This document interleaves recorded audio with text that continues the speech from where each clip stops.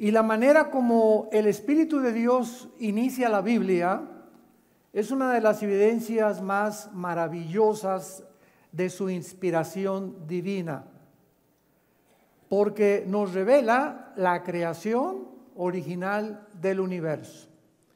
Hemos continuamente constatado y hemos explicado que el ser humano, en su afán de poder descubrir, conocer, investigar de dónde venimos, cómo se originó el universo, quiénes somos y hacia dónde se dirige la humanidad, ha usado pues la ciencia, métodos científicos. Por ejemplo, dentro de la ciencia de la geología y la astronomía, o la astrofísica y la física matemáticas, existen aproximadamente como 96 métodos para poder datar o poder investigar la edad del universo. Y como para que sea científico tiene que ser repetitivo, pues todos estos métodos son aproximados.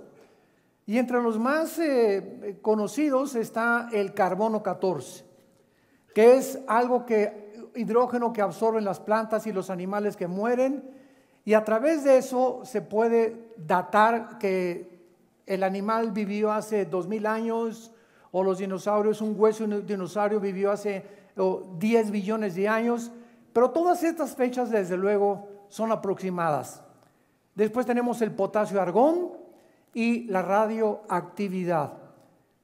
Todos estos métodos científicos le han proporcionado al ser humano fechas o le han proporcionado una información aproximada, repito, de entre 10 a 15 billones de años que tiene la Tierra, el planeta Tierra. Sin embargo, la Biblia nos muestra que el ser humano tiene no más de 6,000 años de historia. En otras palabras, la Tierra fue formada antes que nosotros fuéramos colocados en esta Tierra, en este planeta. Entonces, si la Tierra fue formada antes que nosotros y tiene aproximadamente pues 10, 12, 13 billones de años, ¿quién habitaba la Tierra antes que nosotros? ¿Hay alguna evidencia en la Biblia de que este planeta estuvo ocupado antes que nosotros? La respuesta es sí, sí la hay. Y sabemos claramente, como lo vamos a ver de una forma exegética y detallada, ahora sí que vamos a meterle microscopio a los primeros 2 capítulos del Génesis, que los ángeles fueron creados antes que nosotros. Lo vamos también a demostrar con la Biblia. Y que cuando el ser humano fue ya colocado en el huerto del Edén, ya el pecado había entrado al universo por medio de un querubín caído llamado Lucifer. Entonces, entre el versículo 1 y el versículo 2 del libro del Génesis, existe un abismo, le llaman en inglés un gap, con G de gárgara, A y P de Pedro, gap, que significa un intermedio. Y vamos a ver las 2 teorías que han tratado de especular y de filosofar muchos teólogos para explicar que pues realmente no hay más que una sola corrida y que desde el principio significa cuando Dios comenzó a crear la tierra, y lo vamos a demostrar que no es correcto. Porque si desde el principio dice la Biblia, Dios creó los cielos y la tierra, ¿cuándo fueron creados los ángeles? Porque entre los primeros 6 días de la creación, ¿qué es lo que la Biblia describe? Del versículo 3 hasta el capítulo 2, los ángeles ya existían. Entonces vamos a descubrir todas estas cosas maravillosas, porque en Job capítulo 38, versículo del 4 al 7, la Biblia nos revela que cuando Dios estaba formando el globo terráqueo, y quiero aclararles que la tierra no es plana, por el amor de Dios, ¿de cuál fumaron? Hace algunos meses nos han bombardeado. Oiga, ¿es cierto que la tierra es plana? Miren, muchas personas se meten a las redes sociales y ponen estas marihuanadas, así le llamo yo, para atraer seguidores. Entonces, no, y vamos a buscar alguna forma de demostrar que la tierra es plana. Y entonces tú quieres seguir consultando esa página Y ese es el propósito de estas personas deshonestas intelectualmente para atraer seguidores. E increíblemente miles de cristianos lo creen. Como ahora que estuvimos mi esposa y yo en Cancún en la iglesia, se acercaron 3 jóvenes de la universidad que por favor les diera yo muestras de que la tierra es redonda. Le digo, mira, desde la Biblia hace 2700 años, Isaías 40, versículo 22, la Biblia describía en el hebreo que la tierra es redonda, antes de Galileo Galilei. Y si no, pues mira, manda una carta a la NASA, a la Oficina de Administración de Aeronáutica Especial, para que tomen fotografías de los astronautas. Y si no te convencen las fotos de los astronautas, simplemente ve un eclipse. Y en el eclipse claramente entre la luna y el sol se ve la redondez de la tierra.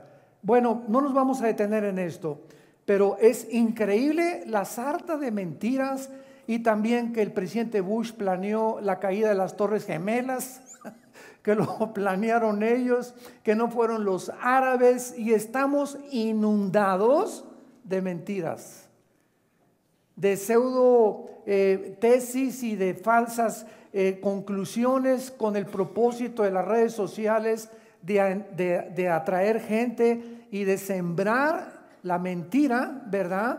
Para que pueda ser desmoronada la verdad y que lleguemos a un punto donde ya no sabes ni qué creer.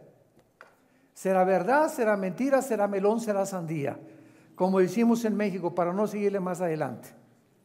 Entonces, tenemos que entender que tenemos la Biblia y tenemos este documento histórico, geográfico, genético, biológico, químico, matemático, poético, literario, donde podemos poner nuestra atención en medio de tantas tinieblas. Como dice 2 de Pedro 1, 19 y 20, tenemos la palabra profética más segura, a la cual haríamos bien en estar atentos como a una antorcha que alumbra. Ya no te metas a internet, no te metas a las redes sociales, comienza seriamente a estudiar este libro y vas a conocer la verdad y la verdad te va a hacer libre. Esta es la tercera conferencia de esta serie que se llama La creación de Dios o La creación y Dios. Esta es la tercera conferencia, les recomiendo las primeras 2, examinamos bastante acerca de todo lo que estoy desarrollando ahorita, pero vemos también en Job 38, 4 al 7, que cuando Dios estaba formando la tierra y estaba el globo terráqueo, dice la Biblia que Dios le puso medidas.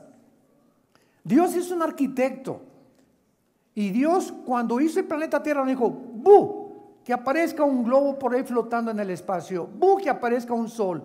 Todo en el universo tiene medidas. Y esto es increíble. Y todo en el universo tiene un diseño y una afinación. Es como exactamente lo que se llama la irreducibilidad compleja. ¿Qué significa esto? Si yo tengo un motor de un coche y me doy cuenta que el carro no arranca, entonces tiene un motor de gasolina, tiene pistones, tiene bujías, tiene diferentes cosas que todas en conjunto tienen que trabajar para que el carro arranque. Y basta un alambrito en mi batería que esté desconectado para que nada de lo demás que está diseñado por los ingenieros funcione en mi máquina y en el motor de mi carro. Un solo alambrito o una sola basura en el motor de gasolina va a impedir que el carro funcione adecuadamente. Entonces, esto es lo que se llama irreducibilidad compleja. Una trampa de ratones está formada por 3 o 4 alambres de acero y una tiene que estar así, otros tienen que tener un resorte que es la que hace cuando se come el queso el ratón que caiga, y un solo alambrito de la trampa que no funcione impide que el demás mecanismo no funcione tampoco. Irreducibilidad compleja.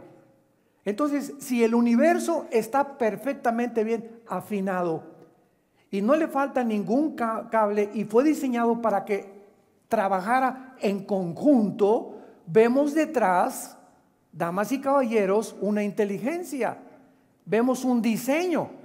Entonces la tierra fue formada de tal manera y de tal tamaño y de tales medidas para que exactamente girara sobre su eje con una inclinación de 23 grados y medio y se trasladara alrededor del Sol en 365 días a la distancia exacta del Sol, para que cuando la Tierra le diera vuelta al Sol pudiera haber la vida.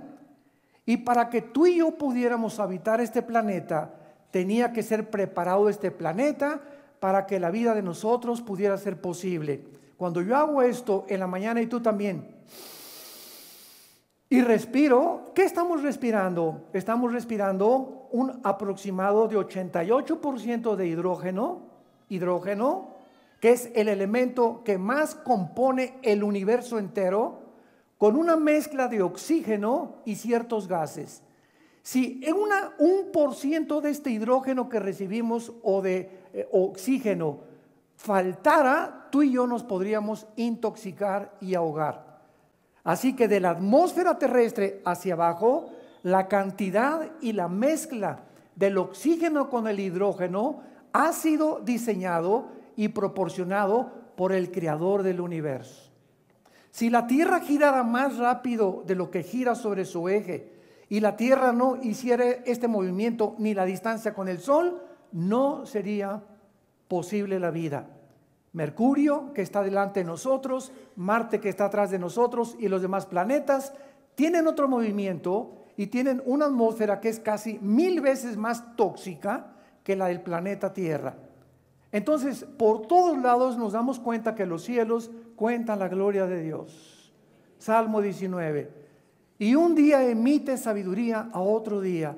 Cada día amanece y vemos la puesta del sol salir allá en el horizonte y nos damos cuenta cómo ilumina todo el universo y nos quedamos extasiados con los colores, las mezclas, el color que tienen las flores, las azucenas, los alelíes, las rosas que no han podido ser imitados por los mejores diseñadores, y nos damos cuenta el colorido de un pavo real. Qué perfección y qué combinación tan increíble de colores, y la cabeza anaranjada con amarillo, con café, combinando todos perfectamente bien. Y por todos lados, cuando tú eres cristiano, Dios te abre los ojos para que admires y bendigas al Creador.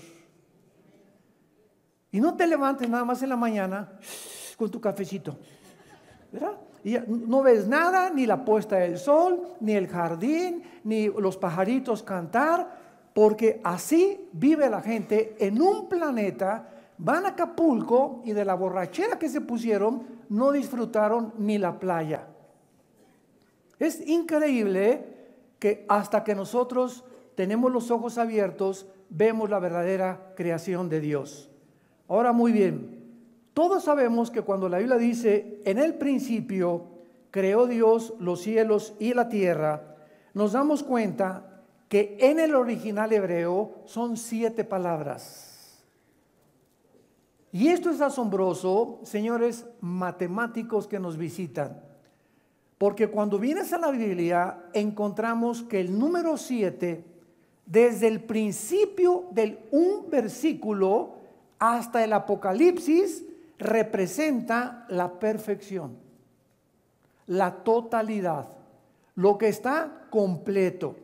Y por eso llegamos al Apocalipsis: 7 espíritus, 7 sellos, 7 copas, 7 juicios, etcétera, etcétera. El 7 inunda, prevalece en los 66 libros de la Biblia con un propósito. Dios pone detrás de los números, que se llama en la Biblia gematría, con G de gárgara, gematría o gematría, un significado detrás de cada letra.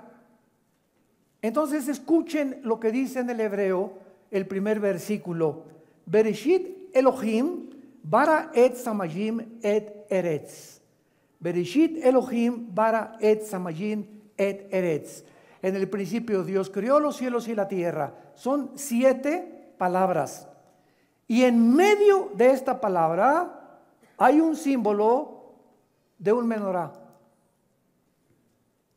¿Cuál es el menorá? Es el símbolo que nosotros hemos adoptado como nuestros logos en Vida Nueva para el Mundo. Un menorá. ¿Qué es un menorá? Es un candelero con 7 ramitas. Y este candelero aparece al terminar la Biblia, otra vez, en el primer versículo de la Biblia está escondido en las letras hebreas, y aparece al final de la Biblia, y entonces a Jesús se le ve detrás de los 7 del menorá, que es el candelero, no candelabro. Candelabros son los que están colgados por todos lados. Es el candelero, menorá en el hebreo. Entonces a Jesús se le ve detrás del candelero y son 1, 2, 3, 4, 5, 6, 7. ¿Por qué? Muy bien. Jesús está en medio del candelero. Hay 3 ramas a la izquierda y 3 ramas a la derecha.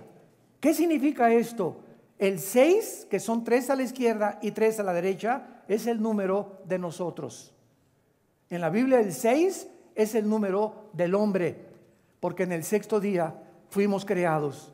Y cuando Jesús está en medio de nosotros, estamos completos. Si Jesús no está en tu vida, eres el número 6. Y espérate a llegar al 666. Ahora lo entiende por qué es el 666 el número de Satanás. Porque es el número del hombre elevado al 3, que es la deidad o la Trinidad. Eso lo vamos a ver mucho después. Entonces, qué maravilloso es el ser humano cuando entra Jesucristo a nuestra vida, y ahí comenzamos en el verdadero camino hacia la perfección. Porque sin Jesús, como dijo él hace 2000 años, puedes ganar el mundo y perder tu alma. Si tú te mueres y fuiste presidente de la República, fuiste Miss Belleza Latina, el cantante de los cantantes, y si tú mueres sin Jesús, naciste en tinieblas, viviste en las tinieblas y regresas a las tinieblas. O sea, tu vida no tuvo ningún significado ni ningún propósito y fuiste exactamente igual que una vaca o que un burro. ¿Qué me está usted diciendo, burro, hermano? Mira, la Biblia dice que los burros y las vacas se levantan y comen pasto. Todo el día están comiendo, trabajan, comen y duermen. Se levantan, comen, trabajan y duermen. Así es la vida. Dice la Biblia, no lo digo yo, en los Salmos, del ser humano que no conoce a Dios. En nada se diferencia de los animales. Te levantas corriendo a hacer el desayuno, te vas a trabajar, regresas y comes y duermes. Y así pasa tu vida, y toda tu vida, tu mente giró alrededor. Cómo hacer más dinero, cómo mantenerme en el trabajo, estresado, preocupaciones, hacia adelante, sin esperanza, y así te entierran. Y nunca pudiste conocer la razón por la cual naciste, por la cual viviste. De filosofía en filosofía, de botella en botella, de droga en droga, de mujer en mujer, de hombre en hombre, 3, 4, 5 divorcios, etcétera, etcétera, porque el hombre, dice la Biblia, buscando sin encontrar. Siempre están investigando y nunca llegan al conocimiento de la verdad, porque la verdad se encuentra en Jesús.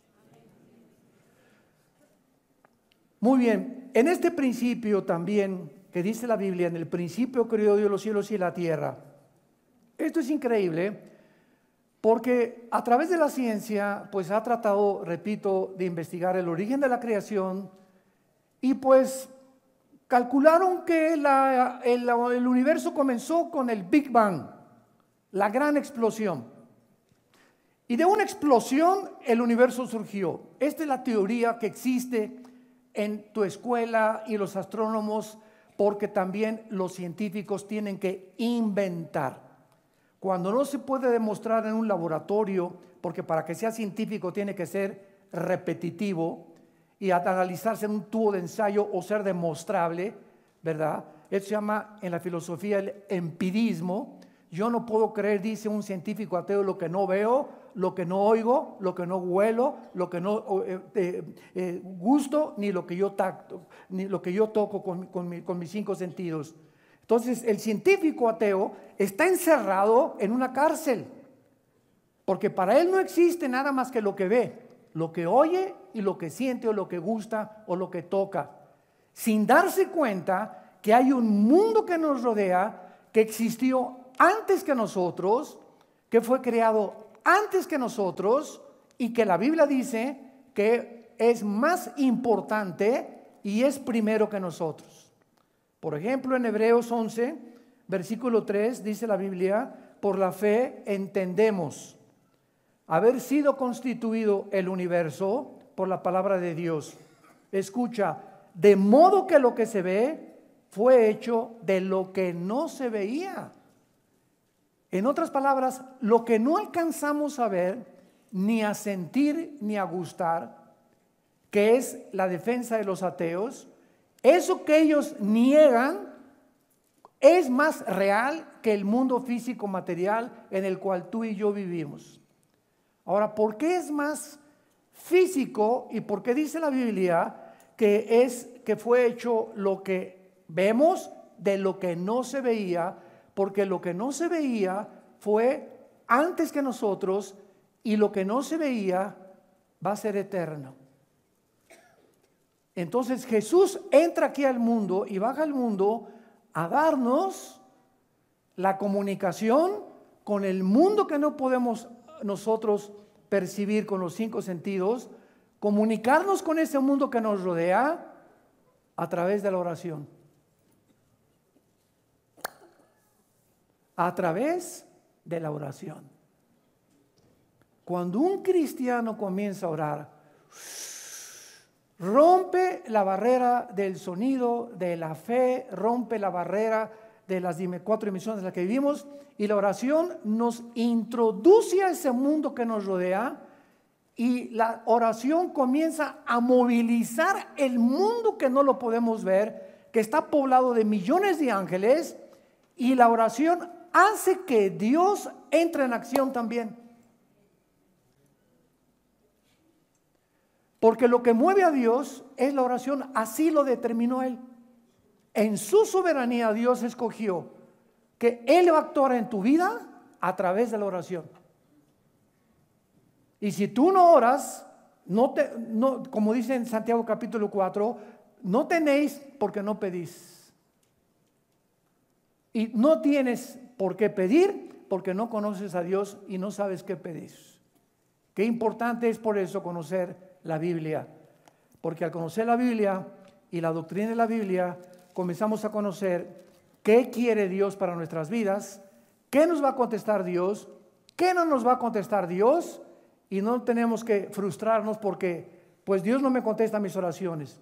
Y hay razones por las cuales encontramos en la Biblia que Dios no te va a contestar tus oraciones, y siempre, siempre la razón será el pecado. Un pecado no confesado detiene inmediatamente la acción de Dios en nuestras vidas. Pero no vamos a detenernos en eso. Bueno, aparte entonces de que en el principio vemos nosotros la inspiración divina de la Biblia, la ciencia afirma que en ese principio, cuando comenzó la explosión del universo, y que de la nada, imagínense ustedes, de la nada hubo una explosión. Y yo le pregunto siempre a los ateos, que son mi plato favorito, ¿quién produjo esa explosión? Porque la nada no produce nada. ¿Quién produjo la explosión? Ahora muy bien, te voy a aceptar que comenzó todo con una explosión, porque nunca me vas a contestar quién la produjo. ¿La explosión o la materia puede producir el pensamiento?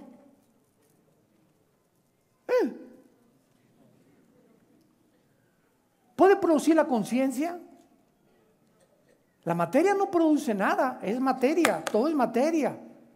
¿De dónde vino entonces la conciencia humana? Pienso, como decían los griegos, pienso, luego existo. Y si existo, vivo. Y si vivo, tiene que haber una causa. Y esta causa es imposible que esté dentro de mí.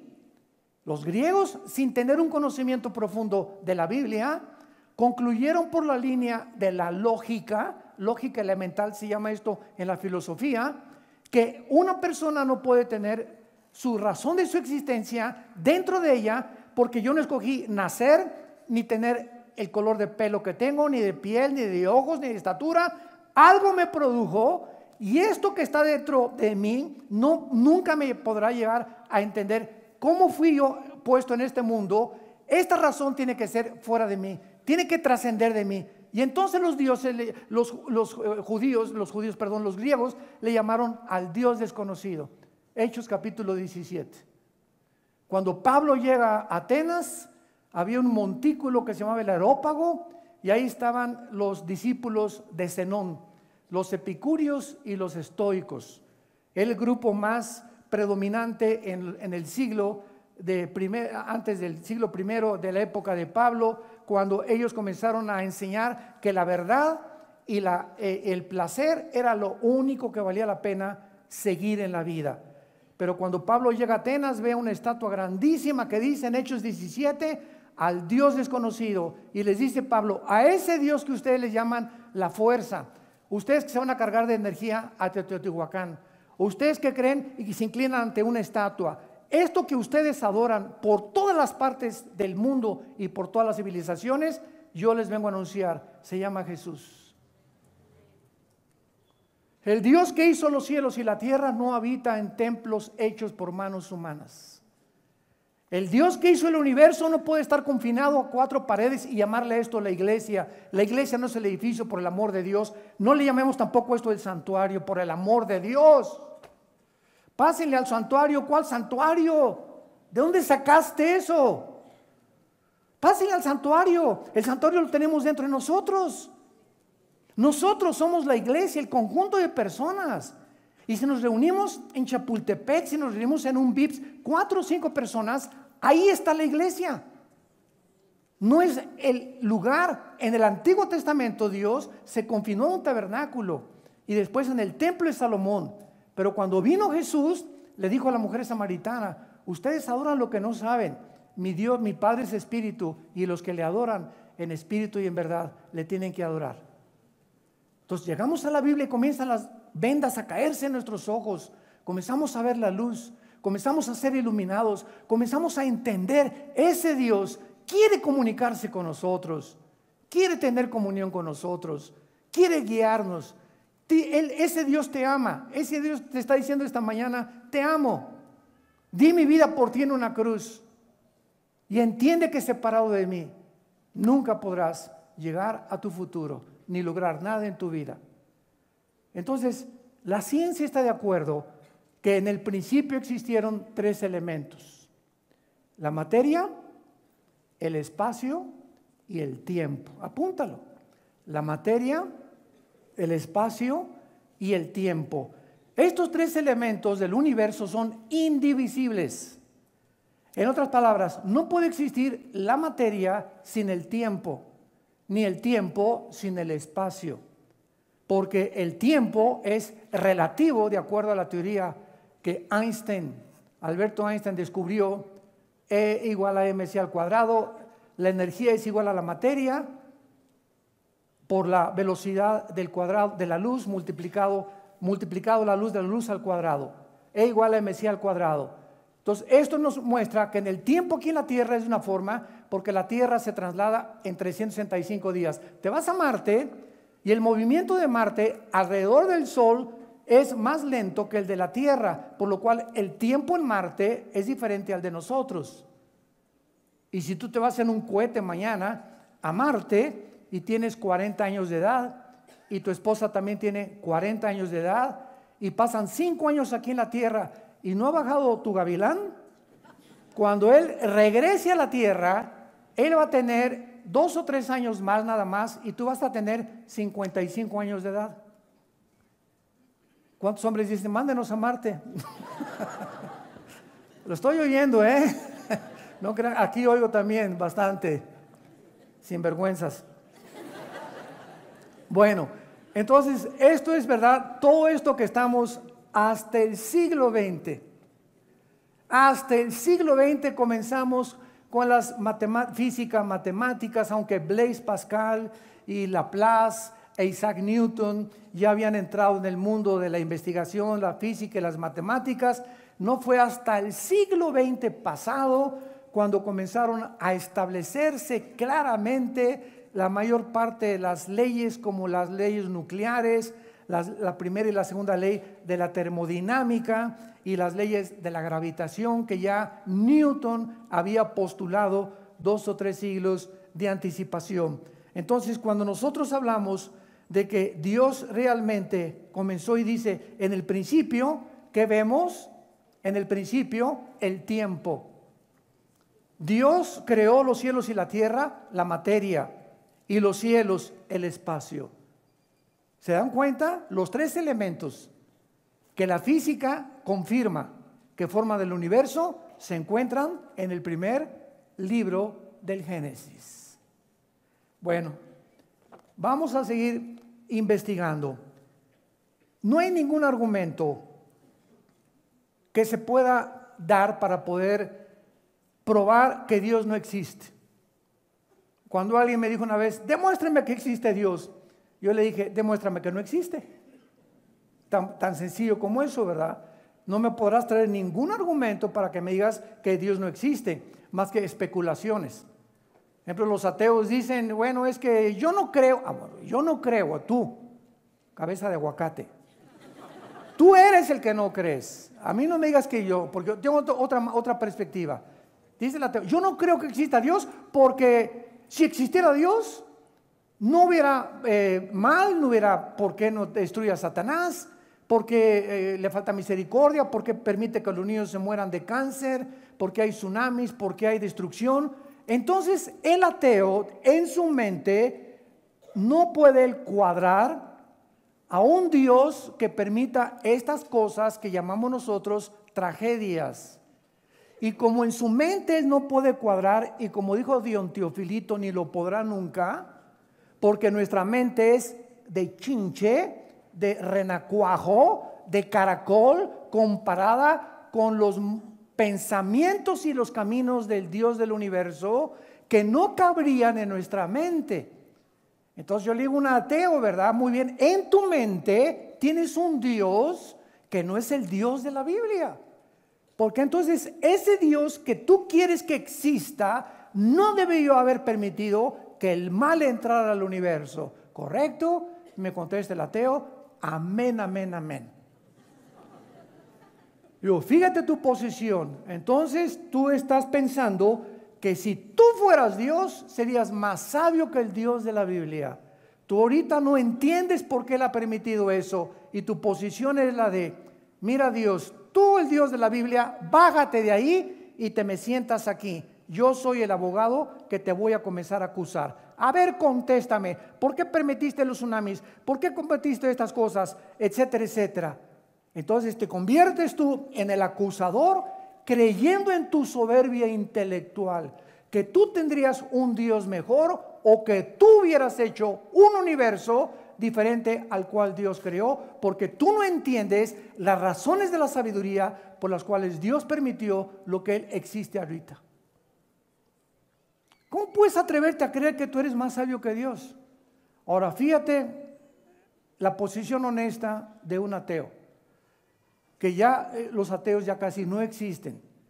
La posición más honesta, intelectual y filosóficamente es la de una persona escéptica o un poco agnóstica. Agnóstico, sin conocimiento. Una posición honesta es la siguiente: yo no sé por qué existen todas estas cosas. Yo no entiendo por qué pasan todas estas cosas. Oh Dios, si tú existes, yo te pido, Señor, que me hagas entender la razón que se encuentra detrás, porque estoy como un niño de 3 o 4 años que cuando su papá le hace pau, pau, pau, el niño percibe que las nalgadas es un símbolo que el papá no lo quiere, sin saber el niño, por su limitación intelectual, que el pau, pau, pau forma parte también del amor. Porque el que detiene el castigo a su hijo aborrece, dice Salomón en Proverbios.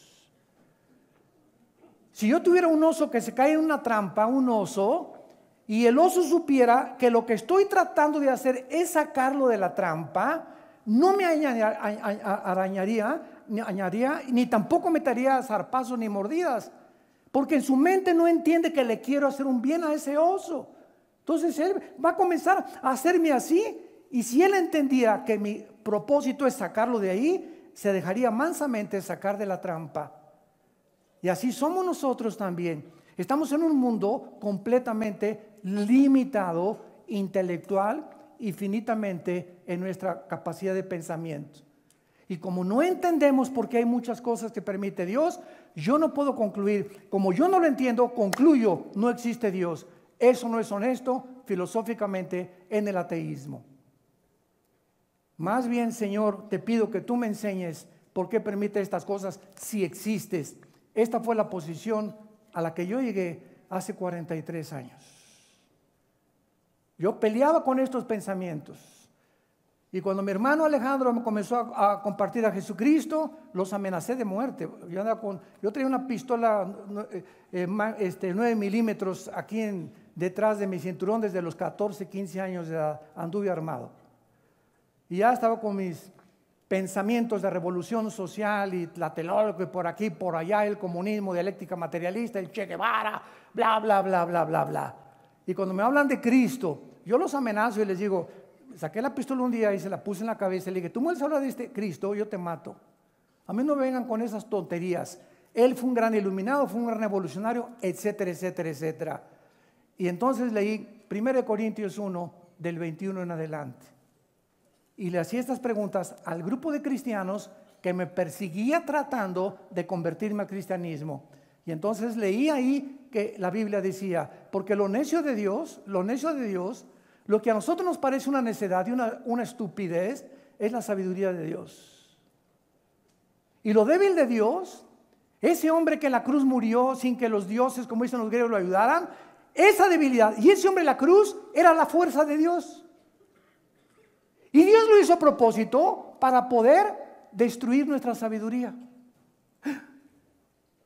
Para que a través de nuestras conceptualizaciones y de nuestras resoluciones disque filosóficas, nunca encontráramos a Dios si Él no bajaba del cielo y nos revelaba quién es Él.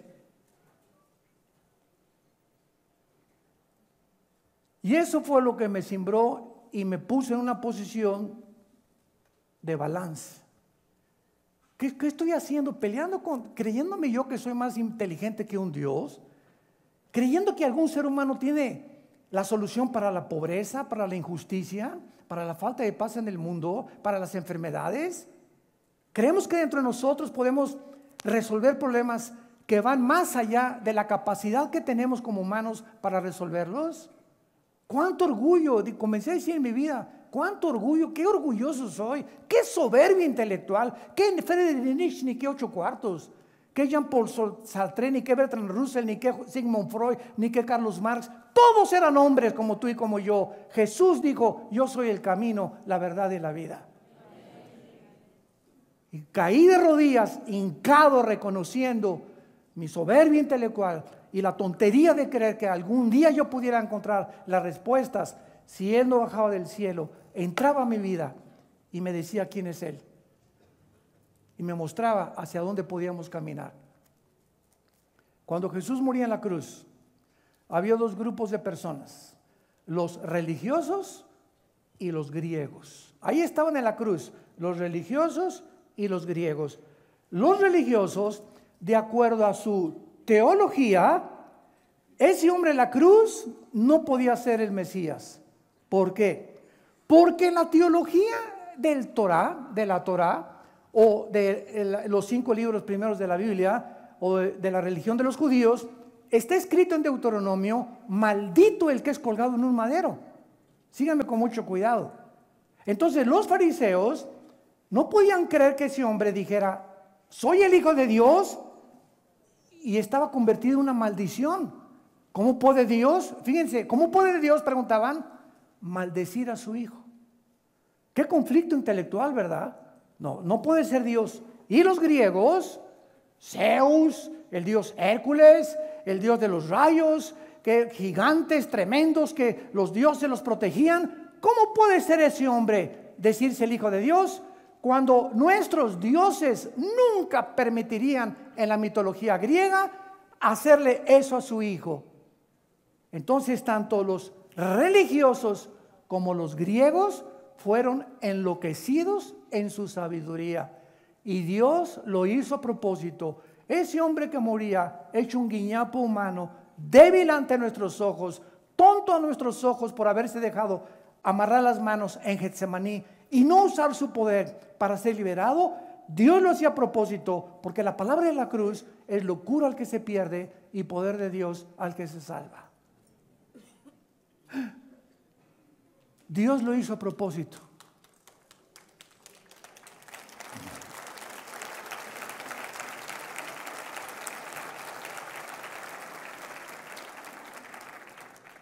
Este primer versículo de la Biblia refuta completamente el ateísmo porque postula la existencia de un Dios.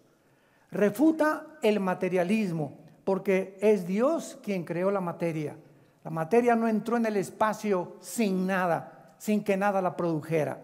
Refuta el panteísmo porque el panteísmo enseña como los gurús, tu padrino el gurú Maharaji, enseñaba, yo soy Dios y el universo es Dios, todo es Dios.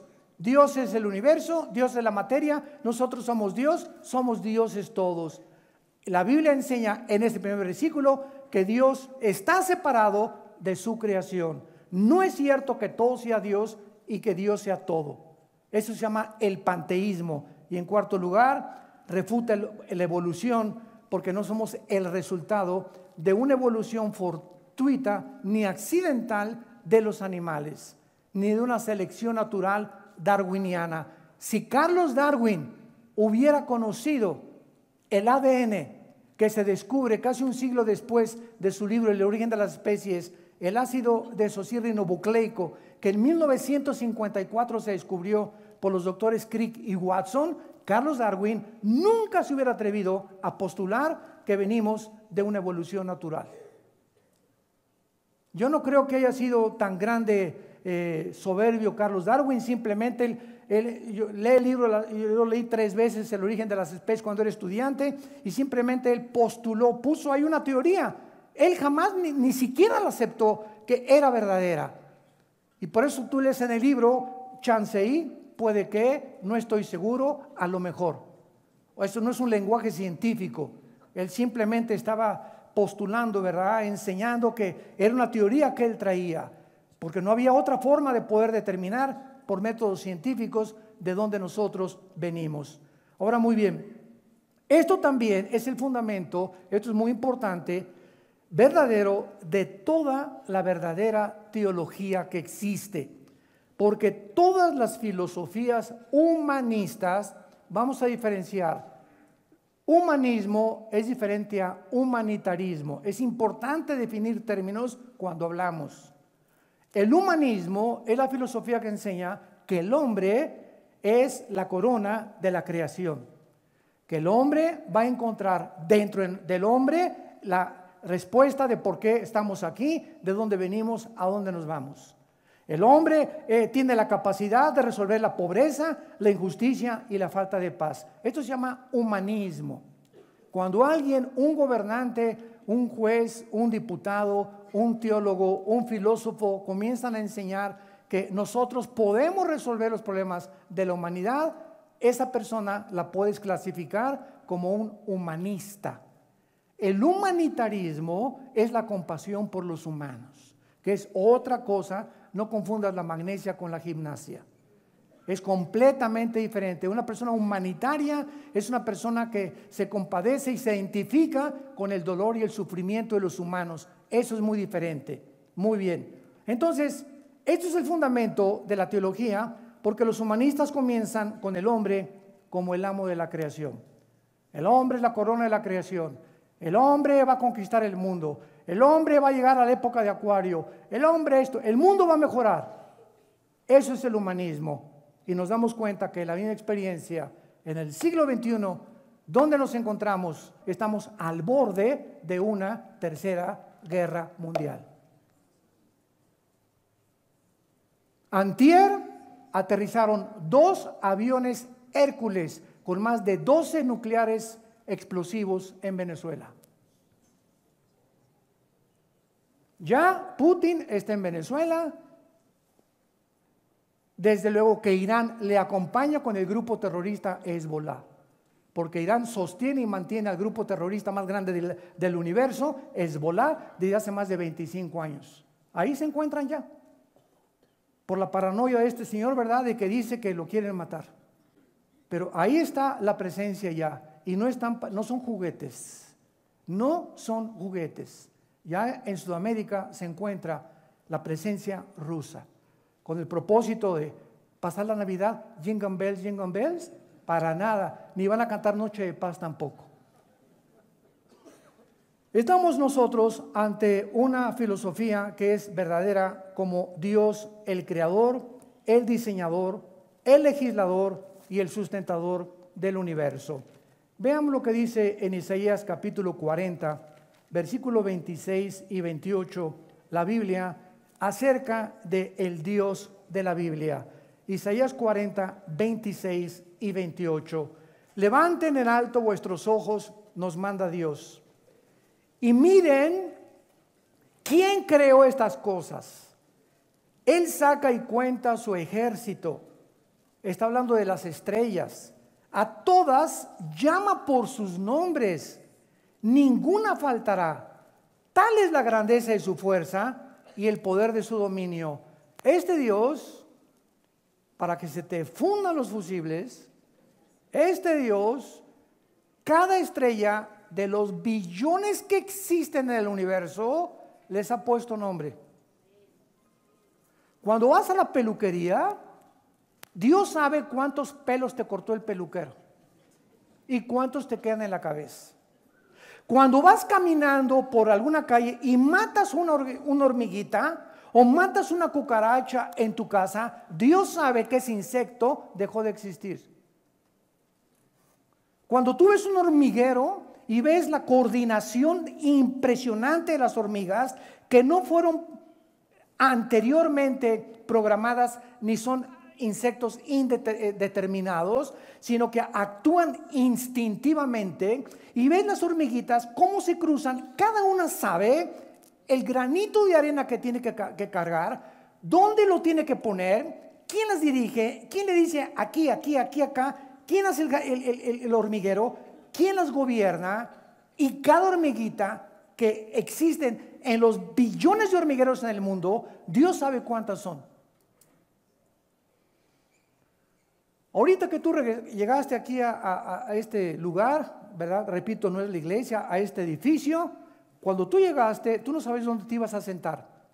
Dios sabe cuando tú llegas a este lugar, quién iba a estar a tu derecha y quién iba a estar a tu izquierda, atrás y adelante. Dios sabe el momento exacto en que te vas a parar y te vas a ir a tu casa. Esto se encuentra en el Salmo 139. Aún las palabras están lejos de mí cuando Dios sabe lo que voy a hablar. Mis pensamientos los conoce. Jeremías 1:5, Dios le dice a Jeremías: cuando estabas en el vientre de tu madre, te conocí. Cuando estabas en el vientre de tu madre, un feto, yo sabía quién eras, Jeremías. Y cuando aún no nacías, te di por profeta a las naciones. Dios escribe nuestro destino desde el vientre de nuestra madre. Él sabía dónde ibas a nacer, quién iban a ser tus padres, cómo ibas a crecer, cómo íbamos a ser desarrollados. Él sabía cuándo su hijo iba a aparecer en nuestra vida y tendríamos la oportunidad de recibirlo como Salvador. Y desde ese momento en adelante ya nos hace responsables de la información y del conocimiento que tenemos de sus verdades. Mira las estrellas y cuéntalas, son incalculables, yo las conozco todas, dice Dios. Dice el versículo 28 del mismo capítulo: ¿no has sabido, no has oído que el Dios eterno es Jehová, el cual creó los confines de la tierra? No desfallece ni se fatiga con cansancio, y su entendimiento no hay quien lo alcance. Isaías 45, versículo 18, porque así dijo Jehová, que creó los cielos. Él es el Dios que formó la tierra, que la hizo, la compuso, no la creó en vano. Para que fuera habitada la creó. Yo soy Jehová y no hay otro. Te damos gracias, Señor, en esta mañana por tu palabra. Guíanos, Señor, en este maravilloso estudio del Génesis, donde estamos estableciendo los principios básicos de tu teología, de tus caminos, para que podamos comprender, antes de seguir adelante, quién eres tú. Gracias porque nos has revelado el conocimiento de tu voluntad. Nos has dado a conocer quién eres mediante el Espíritu Santo y la Biblia. Nos has dado a tu Hijo en una cruz, porque no había otra forma. No existía ningún otro camino en la que el ser humano pudiera comprender que de tal manera amó Dios al mundo que nos dio a su Hijo unigénito. Y esta comprensión apenas estamos comenzando a entenderla. Dios es amor. El que no conoce a Dios no puede amar como Dios ama, de una forma incondicional. El amor es sufrido, el amor no tiene envidia, todo lo espera, todo lo soporta, no busca lo suyo, no guarda rencor. El amor es la virtud más grande de Dios, porque en esa cruz Dios nos dijo que nos amaba, que nos sigue amando, y cuando tengamos dudas de que Él no existe, simplemente recordemos la cruz de Cristo, porque en esa cruz Dios obtuvo nuestra salvación, y lo que parecía para los hombres debilidad e incomprensión era la sabiduría de Dios escondida detrás de esa cruz y de su Hijo Jesucristo, escondida para aquellos que han alcanzado la madurez y han alcanzado la sabiduría para comprender a ese Dios incomprensible sin la Biblia y sin el Espíritu Santo. En esta mañana Dios te pide que vengas a Él. Muchos de ustedes que nos escuchan por las redes sociales lo han estado buscando. Millones de personas lo siguen buscando y siguen buscando sin encontrar. Porque Jesús dijo: el que me ve a mí, ve a Dios. Y nadie conoce a Dios sino el Hijo y aquel a quien el Hijo lo quiera revelar. ¿Quieres conocer a Dios? ¿Quieres saber por qué piensa como piensa y por qué hace lo que hace? Ven primero a su Hijo Jesucristo, porque Él es Jesús, quien el Padre escogió para que Él nos revele cómo es el Padre. ¿Qué tengo que hacer?, me preguntarás, para tener esta relación íntima con ese Dios increíblemente grande para mis pensamientos. Solo dile ahí en tu corazón: perdona mis pecados, me arrepiento de mi vida, creo que en la cruz pagaste por ellos con tu sangre preciosa.